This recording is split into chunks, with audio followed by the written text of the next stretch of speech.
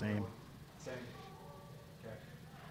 If I had a bingo card for the culture program that was going to find the loophole to get pros into the NCAA, I don't think it would have been Tom and Bemidji. He's got a couple of pros on his roster. He's got some new sports. I'm curious, have you had a chance to talk to him about navigating some of this new crazy NCAA world? No, it's the new world.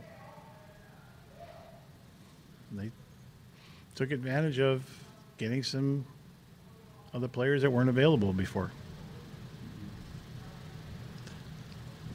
What do you want me to say? Like they decided to get some CHL players and U Sport players, and the Thornton kid and McLennan were kids that had played pro. Were going to play U Sport. I mean, Thornton was committed here at one point. You guys didn't know that, did you? And he went to Major Junior. So anyway, but it doesn't matter. Yeah, I mean, don't get me going on the pro stuff. Like really, like we got 60 new teams that we can pick from, plus the portal, plus the leagues we always do, and now we're adding pro players. So who knows where it's going to go? Yeah. Does this change Bemidji State at all, or are these guys that, from what you've seen and heard, kind of fit the mold? Doesn't change the way Tom's going to play. His teams always play hard. I think they have better players. I think they have a lot more skill. They got obviously they got a new goalie too from the CHL that they've always seem to always have good goaltending, but they play well defensively. They don't give you a lot of room, and they compete extremely hard. They're always a hard team to play against. So that's not going to change. I think they just have better sticks. They got better players, and I think offensively, forward-wise, they've got some older, skilled players that certainly are a little more dangerous. It's not that they haven't had them. I think over the past, like way back, I think they were, they played a certain way. It's kind of like Notre Dame had a stigma of playing a certain way, right? But Tom's teams have gotten better and better and better, and I think offensively they've got some older players that can do some damage. How much does playing a team like Bemidji, the first two teams that you played here, Alaska and August, how do these opponents, how have they made your team better? Well, they're hard teams, boy. They've been hard games, I thought Alaska was a better team than they were last year. Again, older. Again, they benefited from getting some of those guys. Augustana, you saw. I mean, again, hard-working, very structured team. Got good goaltending. I think it just keeps getting harder and harder every weekend we play, which is good, because I think you have to play in those games, and you learn a little bit more about your team, certainly when the games are hard and competitive. And like I said, Saturday I thought we played a better game in a lot of ways, but we just didn't score. And we made a couple of mistakes. The neutral zone turnover led to their first goal, and then obviously we're trying to score and got a little rambunctious, but it happens. And, but really it's a 2-0 game. And I think if Shog scores on this first shift, and at the side of the net there, maybe it's different, but that's the way the games go, and you got to find ways to stay with games and win. But there was a lot of, again, I keep looking at some of the things that we went through in video and in the morning and try to get better at, and I thought we did that. I thought we took care of the puck better. I thought our exits, our breakouts were better. Thought I'd like to see a little more second opportunities in the offensive zone. And our power plays got, right now, if we get one of two, if we score on one of the two power plays, right now that's obviously not happening. So we've got to find a way to shoot more pucks and try and generate something off the power plays, as well as trying to continue to get better scoring 5-on-5. That 5-on-3 goal they got, how difficult is it to balance? You want your guys to be aggressive, to take those chances. And I would take Zam, I think, in that situation 10 times out of 10, but how do you balance that with also making sure you're taking care of your own zone? Well, Ty got a little rambunctious, right? But I think there was another shorthanded chance later. He tried to get up and create a 2-on-1 as well. So I think he tried to draw a penalty, but he didn't get one. But those are situations. I'm not gonna fault those kids for that. Like, again, maybe in that situation, I thought, from where the shot was, it was probably a little farther than I would like to see him maybe hit the net and track it, but unfortunately it didn't, and we had another player that got a little too rambunctious, but led to a 3-on-1, and it's the way it goes. Those are the chances you take, right? Again, if you play it super conservative or you play a conservative game, if you're going to take some risks and chances, you're going to get burned. But I don't think I'd change it. Maybe a little bit less aggressive with maybe our second man. From what Zam did, I'm not going to fault him at all. Sam and Max on the PK, that jumped out to me right Yep. away in Alaska. I think they were up there with one of the first units Yep. early in that Friday game. What do those two bring to your PK? Smart. They read plays very well. They got great sticks. You can see it. They're tenacious on the puck. We're trying to play very aggressive on our kill, and you got to have guys that can think it and can anticipate. I thought Friday we were a little slow in our reaction time as a group. I thought Saturday, again after Krosty did his video, was better. And again, we're gonna get burned on some of those, but we can't.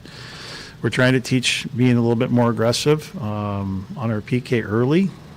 Try to stay with it, but again, anytime you are aggressive, aka their goal on Friday, we got a little too aggressive and fell asleep. And again, you got to be connected no matter what you're doing, whether you're playing a diamond like teams do, a box, whatever it is, you have to be connected. And if one guy doesn't do his job,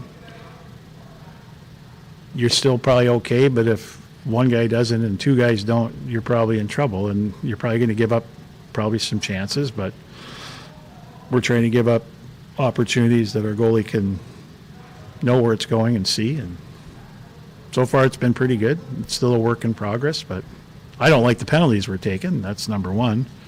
I mean, if we're going to have 4, 5, 6 penalty kills a night, we're going to be in trouble. So we got to clean up some of that. Did you and the coaches come to those two and say, hey, we can use you guys penalty killing, or did they come? No, they did last year too. Yeah, well, I asked Max last year. Well, he was hurt most of the year too, and I didn't want to kill him when he Yeah. came back. So Zam was killing. When I asked how much did you penalty kill last year, his response was not enough, but Yeah. kind of jumped out to me. Well, they're just There's smart. two guys that always want to be on Yeah. the ice. So I they're- know.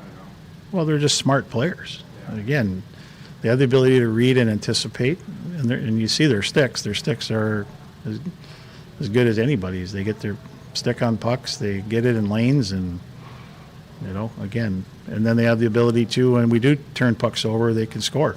So it'd be nice to score some shorthanded goals when we can too, but that's a big reason they're on there. Top 10 right now, right? Small sample size to get that, but top 10 in face-off percentage so far. And Sam's driving a lot of that. You've got a couple of new guys too, helping sure you with the start that they're off to the Yeah, well, I think a couple of years ago we did the same thing, and then we ended up at 46%. So again, like I said, everything's going to get tougher. Our league, we've got some really good players and really good centermen, and I hope it can stay there 50+%, or certainly north of that. I mean, a goal every year is to probably be in that 55 to 60, but that's hard, and I think some guys can be. But I thought, again, Saturday we were a little better on faceoffs. We didn't have a lot of power plays, but again, sometimes it's certain faceoffs that are more important, right? And again, even offensively, if you win a draw, everyone has to do. You need a bump on this guy, whatever play you're running or trying to run. It's still 5 guys, and it's not just on the center, because there's a lot of 50-50 pucks, and I think our routes need to be better, especially in the offensive zone on wins and losses, especially if it's 50-50s, to stay in the battles and try and win those pucks, right? Because it's great when you can always win them clean, but you don't.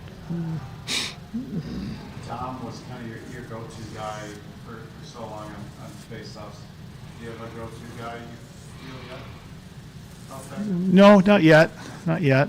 I think they've all had their moments.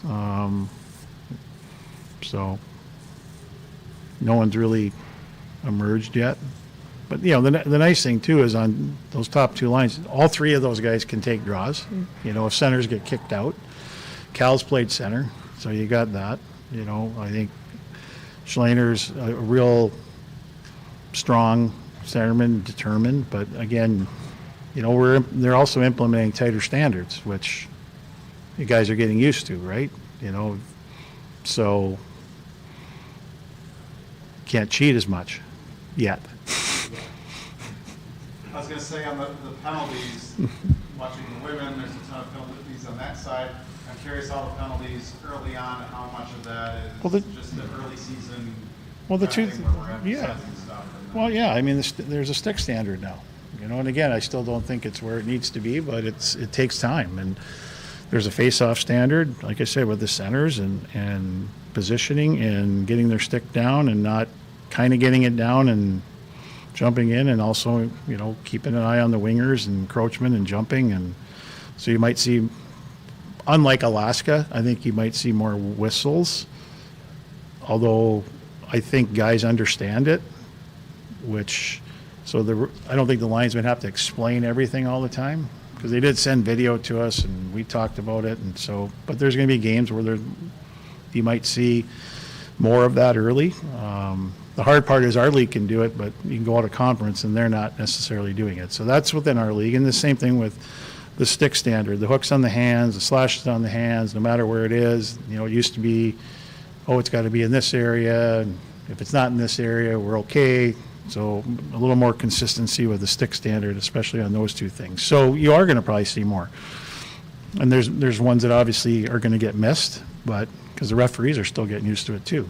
But I think it's good. I think it should be in place nationally, not just within one or two conferences. Cal told us last week he thought the top to bottom speed of this year's team Mm-hmm. than last year's line 1 through 4. There were a couple times on Saturday where you got Augustana pinned in their own zone. Is speed a strength? Is that an intentional thing? Do you think that's this year's team top to bottom? Yeah, I think we have pretty good speed. I think we got some guys that can go. I mean, obviously Dom was special last year, but Cal's a good skater. I mean, they got Bibby. They got even some of the Plants. I mean, they're not. Dom is. There's the unique guys, and then there's guys.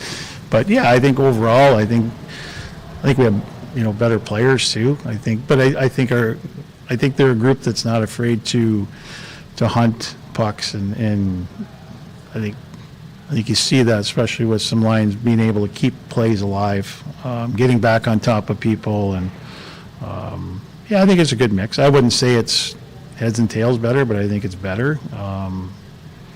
But again, playing speed is one thing, playing fast is another. We've emphasized that. We're trying to play fast, right? And playing fast isn't just skating, it's putting pucks to where you can get them. Knowing where pucks are going to go, being able to get there quicker. It allows you to play faster and helps if you can skate. But yeah, I think overall it's probably a little bit better. Coach, Augustana had this 33 combined shots in that series. How much of a point of emphasis is it for your forwards to come back on the defensive side of the puck? Well, big. It's big. I think, again, defense is not one or two guys, just like offense. It's 5, 6 actually with your goaltender. But yeah, I mean, tracking and back pressure and playing connected with 5 and, same thing. Like, none of these guys want to play defense. Nobody wants to play defense because it's hard. And, the quicker you can get back and stop plays and work together to transition the puck on offense, the more fun it is, right? So when you talk to them about playing pressure pucks, work together to create offense, it sends a different mindset. If you tell them, hey, we're just going to worry about defense, it triggers a different response, unless you're a defenseman, right? But no, it's getting there.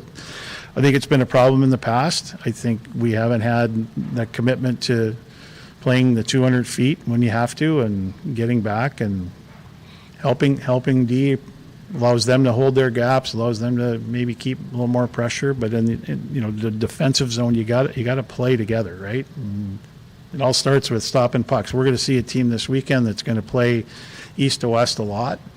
They're going to try and get us, spread out. It's kind of what they do, and obviously, low to high or east to west, they're going to try. That's what you need to do against teams that, play the way most teams do. But it's a commitment. It's definitely a commitment to play both sides of the puck. And again, the better you do it when you don't have it, and the more connected you are as a group, the better you're going to be transitioning pucks and playing the other way.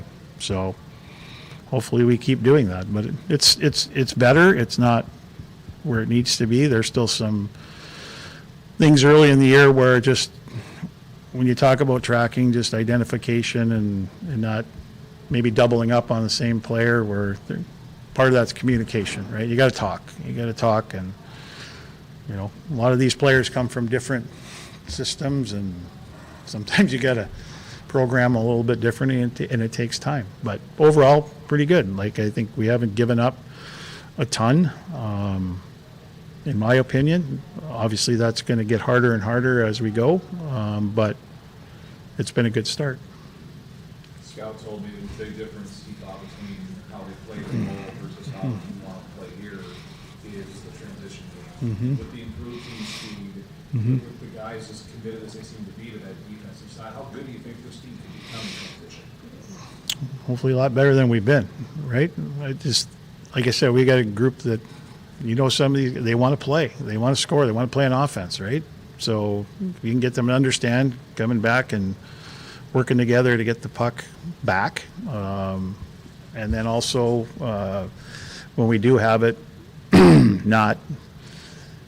it's working back to get in position so we can get it moving north. And again, it's not always going to be tape to tape. It's going to be some plays up the rink to chip-ins and speed to the puck, and we're still getting better at that. But yeah, I think it's got an opportunity. We got to keep working on breakouts.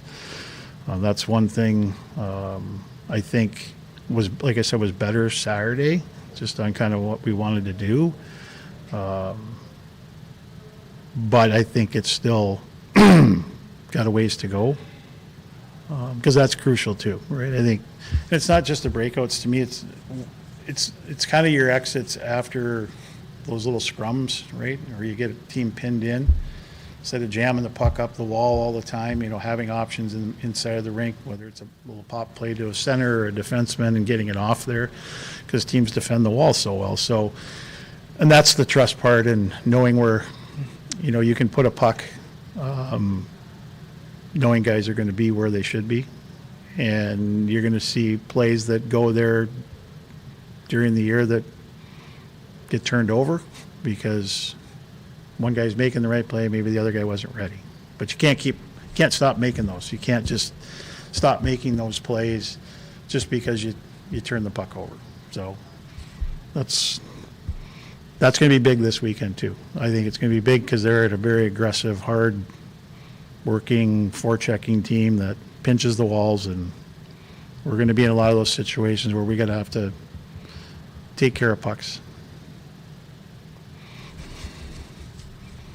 Coach, depth scoring. So Scout and Callum have looked pretty good beyond that top line this year. How important is it going to be as the season goes on to keep getting contributions from lines 2 and 4, and then when other teams are keying up on the top line to really expand where those points are coming from? Yeah, I mean, I think it's important on any team. I think any coach will say you need scoring from everybody.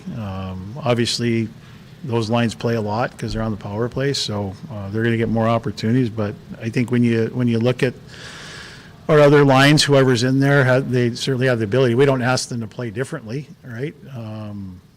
Sometimes they just don't get, the power play opportunities, or maybe the situational opportunities that some of those other guys get. So there's probably more opportunity there. But, I think you look at, even when we had the freshman line, and, even if Betch was there, I mean, they all have the ability to, they're skilled players, and they can make plays. Same thing with Covey's line. I mean, he's had different wingers every game, so probably doesn't help a lot of the chemistry or consistency, but we feel we've got guys that can go in there and every line can contribute. And like I say, we're going to need that throughout the year. We need to get some production too, a little more from our back end. So that would be good if we can score some more goals from those guys. But right now we've got to get our power play figured out a little bit. I think there's been some good things, but we're just not shooting the puck enough, and that also helps alleviate some of that pressure, as we know from years past, right? If you're not scoring 5-on-5, there's pressure on the power play to score, and we've been able to score some goals early 5-on-5, but not as many on the power play. So hopefully we can kind of blend that together and, create a good balance from that aspect and get some of these guys more game experience and more comfortable in college hockey and getting them finding the back of the net a little bit more too. So, but we're going to rely on, certainly those top two lines, especially the top line, because we've seen them do it before, but they're going to get a lot of attention. So again, doesn't mean they have to play against, I can do whatever I want with those guys. They can play every other shift some games. I don't know. They're not going to complain. I know that. But yeah, to go back and answer, yeah, we need the balance. Yeah. And I do think we have the guys that can contribute. Some are going to contribute more than others. That's not one of the game yet? No. Do you want to name them? I don't have it. You can name it. That's a big building, right? Yeah. Let Hunter.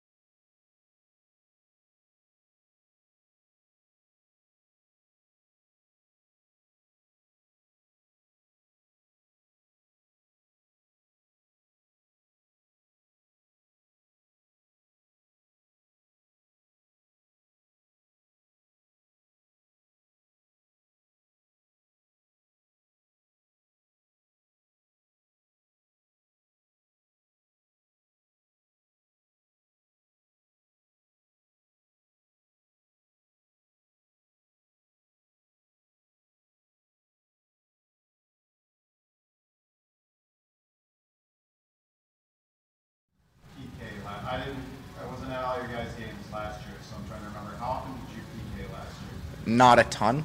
Okay. It was more at the third pairing to go out there if we got that far. So Yeah, I didn't think so. Like, it jumped out to me in Alaska right away when I think it was the first PK you and Max are out there. Take me through your penalty kill philosophy. Is it something you enjoy? I love PK. Like, it's a big chance to make a difference in the game, right? And we kind of changed it around a little bit this year. You can probably tell watching. Like, we've been really aggressive and it's fun trying to put the other team under pressure and not let them set up and make plays. So. How much have you previously in your hockey career PK'd? Have you always been a PK? I PK'd all the way up until I'd say my second year junior, and then we had some really good, when I was in Fargo, we had some really good PK guys, so more transition, just playing power play and let those guys kill penalties for us. So now it's fun to be back killing penalties. Yeah. How do you have to measure, obviously the 5-on-3, you and Ty got burned down there, that's what you can learn from. Yeah, like But it's. How do you measure that? Because I do, when I watch, especially you and Max out there, it seems like that's a shorty waiting to. Yeah, it's hard, right? Like, looking back at it, it's like that could be your best chance of the game to score too, right? Like, not every day they give you a breakaway on a 5-on-3. You got to take your opportunities when you get them. Like, that one shot could be 1-1 after that. So it's hard. Like, unfortunate what happened on the play, but I think it's all in the right mindset. We're trying to attack any chance we get, even if sometimes it sewers us, right? But Yeah. So what did you learn about that instance? hit the net, score when you shoot, right? But If you're gonna do that, hit the net and score. yeah, as Fish called it yesterday, the Albanian breakout. Maybe don't hit one of those when you rim it around the boards. But yeah, it's a couple inches from being 1-1. So Yeah. it's hard to be mad about it. It sucks at the time, but learn from it. The fact that Fish has a nickname already for it, guys are having a good laugh. I don't know where Fish came up with that one, but that was funny. Yeah, we'd laugh about it now. Like, it sucks, but all you can do is learn from it and don't do it again. Yeah, with all the penalties getting called at the start of the year here, I was looking up the ice time. You and Max, because you're on the penalty kill, are Yeah. up there with Cleves and Hansen. In minutes right now, your power play, you're out there a lot 5-on-5, now I think PK. Do you have to manage your energy? I think we do so much like training in the off season, like preparing for that it's not like when you get in the games, it seems almost like the games are the easier part with like the going long, and like we're trained so well for that. That's what we're trying to train for. So The penalty kill's been pretty strong. You've given up 2 goals, and one of them was on a 5-on-3. I think most teams would take that. What's been working from I think it's just attacking. Like, everybody's kind of a connected unit, trying to stay together and just putting the other team under pressure and not letting them make plays. So it's good. Yeah, coupled, say 1 fluke goal, and you're gonna get beat on the penalty kill anyway. That's what it's designed for. So. What areas of the kill are you trying to be more aggressive? Is it the entries? Is it loose pucks? Everywhere, like, just put them under pressure. We were really passive last year, just letting guys kind of do whatever they wanted when they got in the zone. So make them under pressure, make them. It's like, even when you're on the power play, if they're coming at you full blow, it's hard to make plays. So trying to get them to not be able to complete 2 passes and put them under pressure all the time. Scott said before the season he was hoping that the kill would become more of a prideful thing Yeah. for this year's group. Is that part of a discussion? I mean, you and Max are first over the boards a lot now. Is that part of a discussion as a group that you wanted to get back to kind of that? Yeah, like that. Like when UMD's winning, right? That's the one of the best penalty kills in the nation, right? So it's definitely take pride in it, trying to make sure we don't get scored on, because that's how you lose games, is special teams a lot of times. So if we can take care of that and score goals in the power play, we win a lot more games. You're talking about like those 18-19 champions. Yeah. Teams that were Yeah. aggressive on the. Exactly. Yeah. That's the PK you want. Yeah. We'd maybe not exactly what they're doing, but same thing where it's nobody wants to be on the power play against us because we're killing penalties. So. Yeah.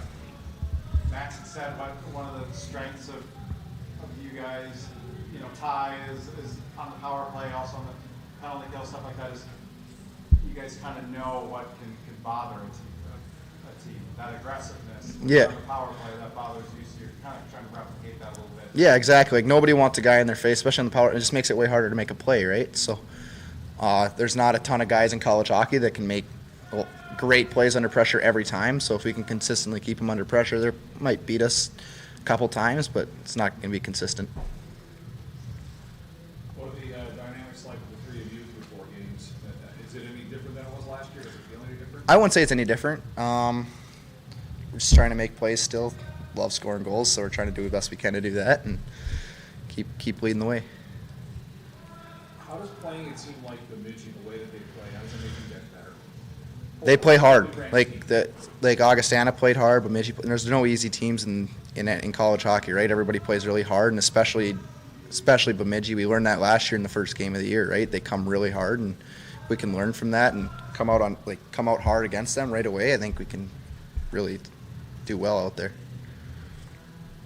What's the trick to winning so many face-offs? You're pretty high on the list. Like, what do you do so well that you're able to win those? Luckily, I've been able to take a lot of face-offs, so a lot of them have been better at the end of the games because I've been able to figure it out. But I don't know, it's just a lot of practice, trying to work on timing, trying to figure out what the other guy's doing. Krause sends out PK or centerman clips of the other team, so we pre-scout that a lot.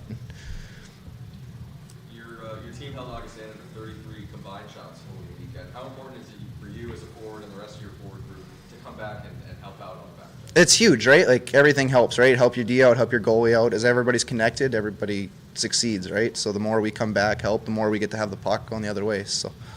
And then new defenseman Brady Cleveland, he certainly showed his physical side over the first few games this season. How much of that does that rub off on the rest of the team? Do you guys want to be as physical? It's great, right? Like just having a guy that's like, oh, this guy's got our back, or he's just going to hammer somebody, and it kind of changes the pace of the game sometimes. A little bit like Nick Wolf used to. It's fun to see. Perfect. Yeah. Awesome. Yeah. Thanks, Sam. Thanks. Yeah.